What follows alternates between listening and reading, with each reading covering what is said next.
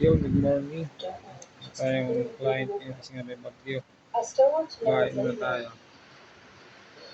Galing pasok sa school kasi may silang pasok sa trabaho. Yan, gagawa mo na ng module yung bunso ko. Nag-sell yung teacher nila.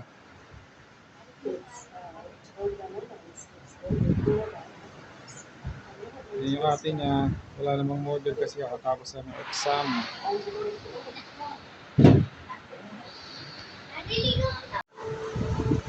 Yan, ito yung module na pinapagawa sa kanya ng teacher na. Yan, bunso ko pala is kinder pa lang. Yan, ganito pa lang po siya. She is turning 5 years old po this coming November 14. Hopefully wala nang bagyo para makapag-celebrate. Yan, malakas pa rin ang ulan dito sa Cavite, Expressive. Basta namin ang tulag.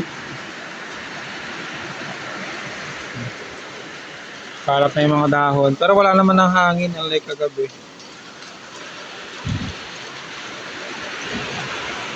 Yan, kung wala naman tayong gagawin sa labas or wala naman tayong pupuntahan, keep safe na lang po dito sa ating mga tahanan. Malakas pa rin po kasi yung ulan.